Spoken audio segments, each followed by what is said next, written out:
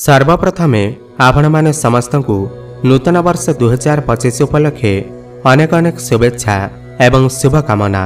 यह 2025 वर्षटी आपणकर जीवन में अनेक गुड़िया खुशी नहीं करी आसु।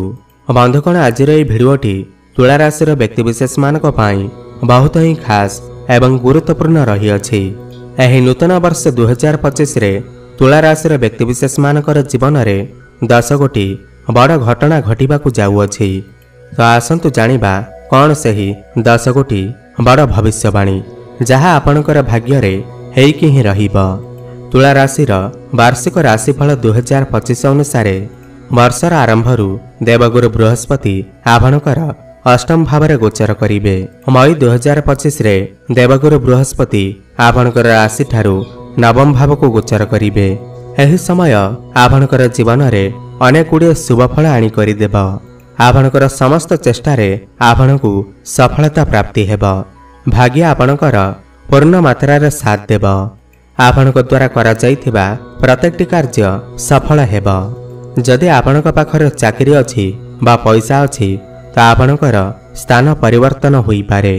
वर्ष 2025 रा आरंभ आपण मानक पई अत्यंत उत्तम रहिब।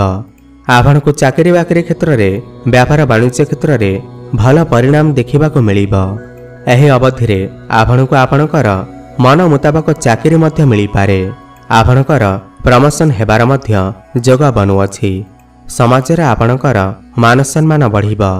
तुला राशिर स्वामी ग्रह हेउछन्ति शुक्र एवं तुला राशि पाई माँ लक्ष्मीकर पूजा आराधना करिबा अत्यंत लाभदायक सिद्ध होइथाय। माँ लक्ष्मी को पूजा अर्चना करने द्वारा आपणकर भाग्य रे उन्नति होइथाय। आपनको प्रत्येक क्षेत्र में सफलता प्राप्ति होइथाय। ता बंधुगण जदि आपण एही 2025 मसीह अधिक अधिक शुभफल प्राप्ति करने को चाहूँगी तेबे आपण प्रत्येक दिन माँ लक्ष्मीकर पूजा आराधना निश्चिंत भाव करंतु एवं शुक्र देवंकर बीज मंत्र जप अवश्य करंतु। ओम द्रांग द्रिंग द्रौं सह शुक्राय नमः प्रत्येक दिन जप करंतु शुभफल प्राप्ति हेब। बंधुगण एबे आसंतु जानिबा आपणकर जीवन में एही नूतन वर्ष 2025 रे केउं 10 गोटी बड़ घटना घटिबाकु जाउअछि जहाँ आपणकर भाग्य रे निश्चिंत भाव में हेइकि ही रहिब। एहा पूर्वरु जदि आपणकर भी तुला राशि होइथाय एवं आपण भी माँ लक्ष्मी को सच्चा हृदय रे भक्ति करुथांती विश्वास करुथांती तेबे एही भिडियोटी को लाइक करी कमेंट बॉक्स रे जय माँ लक्ष्मी अवश्य लिखि दियंतु। नंबर 1 तुला राशि व्यक्तिविशेष माने एही वर्ष विभिन्न दिगरे उन्नति करिवार संभावना रही अछि। पूर्वरु आपण जो सब समस्या रही सही सब समस्या आपण को एही वर्ष मुक्ति मिल जिबा। आपण आगकु जाई अनेक गुड़िए शुभफल एवं सुख मध्य भोग करि पारंती। एही वर्ष स्वास्थ्य को नहीं आपण वर्ष आरंभरू टिके सजग रुहंतु काहेकि ना आपणकर पंचम भाव में शनिंकर चलन रहिब एवं अष्टम रे बृहस्पतिंकर चलन रहिब। किंतु वर्षर द्वितीयार्धरे माने मई मास परे शनि एवं बृहस्पतिंकर स्थिति भल रहुथिबारु आपणकर स्वास्थ्य बहुत भल रहिब। किंतु एही वर्ष शनि बृहस्पतिंकर प्रभाव रे आपणकर पेट जनित समस्या किछि देखा देई पारे। गैस भली समस्या देखा देई पारे। आपणकर मोटापण टिके बढ़ी जाई पारे। सेथिपाई एही वर्ष आपण आपणकर स्वास्थ्यर विशेष ध्यान रखंतु। विशेष करी खाद्यपेय उपरे टिके नियंत्रण रक्षा करंतु। जोग व्यायाम एवं प्राणायाम आदि करंतु शुभफल प्राप्ति हेब। नंबर 2 संतान सुख एही वर्ष आपण को मिलिबाकु जाउअछि। वर्षर द्वितीयार्धरे आपण गर्भधारण करिबा पई नुआ प्लानिंग इत्यादि करि पारंती। एही वर्ष आपण को संतान सुख प्राप्ति हेब। नव विवाहित दंपति मानक पई मई मास परर समय अत्यंत शुभ रहिब। बृहस्पति नवम भाव को चलिबे एवं संपूर्ण भाव में आपणकर पंचम भाव को देखिबे जहा फल रे आपणकर प्रेम जीवन रे मध्य पुणी थे खुशी फेरी आसीब। प्रेम जीवन रे जदि आपणकर किछि समस्या लागि रहुथिला तो सेथिरे सुधार आसीब। आपणकर भल पाइबा विवाहर रूप मध्य नहीं पारे। एही वर्ष मांकर स्वास्थ्य रे उन्नति लाभ हेबार बहुत अधिक संभावना रही अछि। पितांक स्वास्थ्य मध्य वर्षर द्वितीयार्धरे बहुत भल रहिब। ଏହି ବର୍ଷ ଆପଣଙ୍କର ପିତା ଆପଣଙ୍କୁ ବିଭିନ୍ନ କର୍ମରେ ସହଯୋଗ କରିପାରନ୍ତି। ଏହି ବର୍ଷ ତୀର୍ଥସ୍ଥାନକୁ ଭ୍ରମଣ କରିବାର ସୁଯୋଗ ଜୁଟିବ। ମଇ ମାସ ପରଠାରୁ ଆପଣ କୌଣସି ଧାର୍ମିକ ସ୍ଥାନକୁ ଯାତ୍ରା କରିପାରନ୍ତି, ବିଦେଶକୁ ମଧ୍ୟ ଯାତ୍ରା କରିପାରନ୍ତି। ଏହି ବର୍ଷ ଆପଣଙ୍କର ହାତରେ ଅନେକ ଗୁଡ଼ିଏ ଶୁଭ କାର୍ଯ୍ୟ ହେବାର ମଧ୍ୟ ସମ୍ଭାବନା ରହିଅଛି। ନମ୍ବର 3, ଗୁରୁ ଶୁଦ୍ଧି ମଇ ମାସଠାରୁ ଆରମ୍ଭ କରି ବର୍ଷର ଶେଷ ପର୍ଯ୍ୟନ୍ତ ରହୁଥିବାରୁ ଏହି ବର୍ଷ ଆପଣ ବିବାହ ଆଦି କରିପାରନ୍ତି, ଭୂମି ପୂଜନ, ନୂତନ ଗୃହ ନିର୍ମାଣ ଆଦି କରିପାରନ୍ତି। ଯେଉଁମାନଙ୍କର ବିବାହ ବୟସ ହୋଇଯାଇଛି ସେମାନଙ୍କର ଏହି ବର୍ଷ ବିବାହ ହେବାର ବହୁତ ଅଧିକ ସମ୍ଭାବନା ବନୁଅଛି। ଘରକୁ ବିବାହ ପ୍ରସ୍ତାବମାନ ଆସିପାରେ। ନମ୍ବର 4, ଯେଉଁ ବିଦ୍ୟାର୍ଥୀମାନେ ଉଚ୍ଚଶିକ୍ଷା ଅଧ୍ୟୟନ କରିବାକୁ ଚାହୁଁଛନ୍ତି ସେମାନେ ଏହି ବର୍ଷ ବିଦେଶକୁ ଯାଇ ଉଚ୍ଚଶିକ୍ଷା ଗ୍ରହଣ କରିବାର ସୌଭାଗ୍ୟ ଲାଭ କରିପାରନ୍ତି। ଆପଣ କୌଣସି ନୂତନ ସ୍ଥାନରେ ଆଡମିସନ୍ ନେଇପାରନ୍ତି। ଏହି ବର୍ଷ ଆପଣ ପାଠପଢ଼ାରେ ବହୁତ ଅଧିକ ଉନ୍ନତି କରିବେ। ଏହି ବର୍ଷ ଆପଣଙ୍କର କ୍ୟାରିୟରରେ ବହୁତ ଅଧିକ ଉନ୍ନତି ଆସିବ। ପ୍ରମୋଶନ ମଧ୍ୟ ହୋଇପାରେ। ଆପଣଙ୍କର ସ୍ଥାନ ପରିବର୍ତ୍ତନ ମଧ୍ୟ ହୋଇପାରେ। ଟ୍ରାନ୍ସଫର ଆଦି ହୋଇପାରେ। କୌଣସି MNC କମ୍ପାନୀରେ ଆପଣଙ୍କୁ ଜବ୍ ଅଫର ମଧ୍ୟ ଆସିପାରେ। ଇମ୍ପୋର୍ଟ ଏକ୍ସପୋର୍ଟର କାମରେ ଆପଣଙ୍କୁ ଶୁଭଫଳ ପ୍ରାପ୍ତି ହେବ। ବୈଦେଶିକ କାର୍ଯ୍ୟଗତିରେ ଆପଣଙ୍କୁ ବିଶେଷ ଲାଭ ପ୍ରାପ୍ତି ହେବ। କ୍ୟାରିୟର କ୍ଷେତ୍ରରେ ଆପଣ ପଦପଦବୀ ପ୍ରାପ୍ତି କରିବେ, ମାନ ସମ୍ମାନ ପ୍ରାପ୍ତି କରିବେ। ଏହି ବର୍ଷ ମାର୍ଚ୍ଚ ମାସ ପରେ ମେଡିକାଲ କାମଠାରୁ ଆରମ୍ଭ କରି ଯାନ୍ତ୍ରିକ କାମ, ଅଟୋମୋବାଇଲ କ୍ଷେତ୍ରରେ, IT ସେକ୍ଟରରେ ଆପଣ ବହୁତ ଅଧିକ ଉନ୍ନତି କରିବେ ଏବଂ ବର୍ଷର ଦ୍ୱିତୀୟାର୍ଦ୍ଧରେ ଅଡିଟ୍, ଆକାଉଣ୍ଟିଂ, ବ୍ୟାଙ୍କିଂ, ମ୍ୟାନେଜମେଣ୍ଟ କ୍ଷେତ୍ରରେ ଆପଣ ବହୁତ ଅଧିକ ସଫଳତା ପ୍ରାପ୍ତି କରିବେ। ଅନଲାଇନ କ୍ଷେତ୍ରରେ, ଡିଜିଟାଲ କ୍ଷେତ୍ରରେ, ମାର୍କେଟିଂ କ୍ଷେତ୍ରରେ ଆପଣ ବହୁତ ଅଧିକ ଉନ୍ନତି କରିବେ ଏବଂ ସଫଳତା ମଧ୍ୟ ପ୍ରାପ୍ତି କରିବେ। ଯେଉଁମାନେ ଟିଚିଂ ଲାଇନରେ ଅଛନ୍ତି ସେମାନେ ମଧ୍ୟ ଏହି ବର୍ଷ ଅଗ୍ରଗତି କରିପାରନ୍ତି। ବର୍ଷର ଦ୍ୱିତୀୟାର୍ଦ୍ଧରେ ଅଧିକାଂଶ ଲୋକଙ୍କ ପାଖରେ ଜବ୍ ପରିବର୍ତ୍ତନ କରିବାର ସୁଯୋଗ ଆସିବ। ତେବେ ବର୍ଷର ଦ୍ୱିତୀୟାର୍ଦ୍ଧରେ ଚାକିରି ବାକିରି କ୍ଷେତ୍ରରେ ଅନେକ ଉନ୍ନତି ପରିଲକ୍ଷିତ ହେବ ଏବଂ ଅନେକ ଗୁଡ଼ିଏ ପରିବର୍ତ୍ତନ ମଧ୍ୟ ଆସିବ। ଭ୍ରମଣ ସୁଖ ମଧ୍ୟ ଆପଣଙ୍କୁ ପ୍ରାପ୍ତି ହେବ।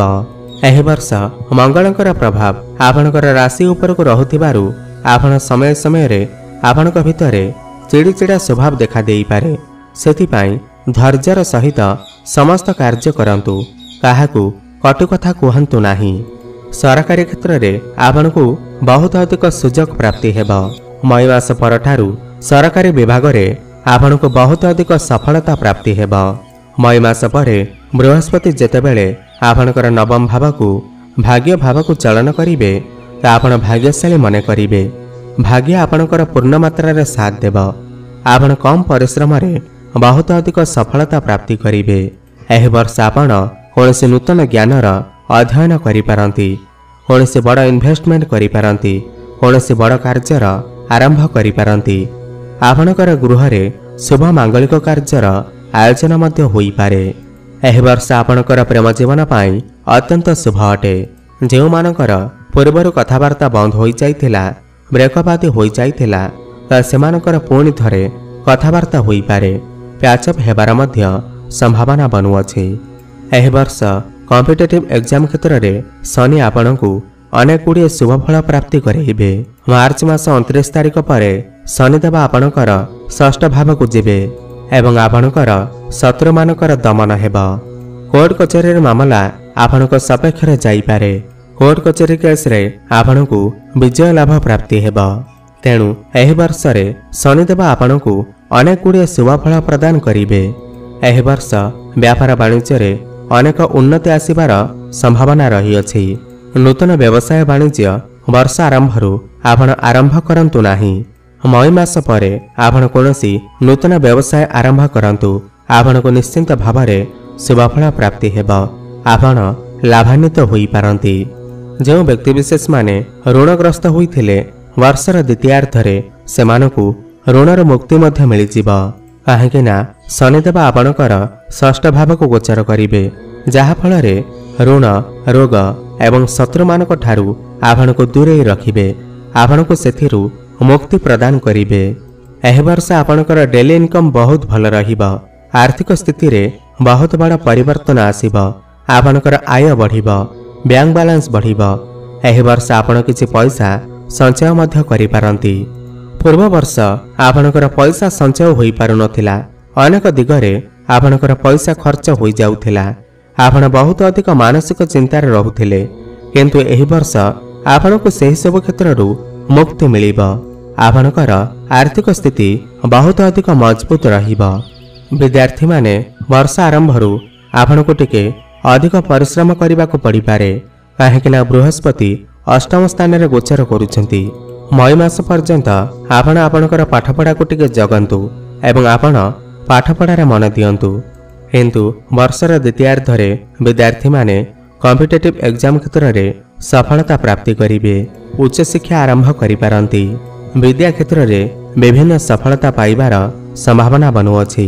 ତେଣୁ ବର୍ଷ ଆରମ୍ଭରୁ ବିଦ୍ୟାର୍ଥୀମାନେ ଅଧିକ ପରିଶ୍ରମ କଲେ ଯାଇ ଆପଣଙ୍କୁ ସଫଳତା ପ୍ରାପ୍ତି ହେବ। ତେବେ ମୋଟାମୋଟି ଦେଖିବାକୁ ଗଲେ ଏହି ବର୍ଷ ଆପଣ ଶନି ଏବଂ ବୃହସ୍ପତିଙ୍କର କୃପାରୁ ଅନେକ କ୍ଷେତ୍ରରେ ଅନେକ ଗୁଡ଼ିଏ ଶୁଭଫଳ ପ୍ରାପ୍ତି କରିବାକୁ ଯାଉଛନ୍ତି।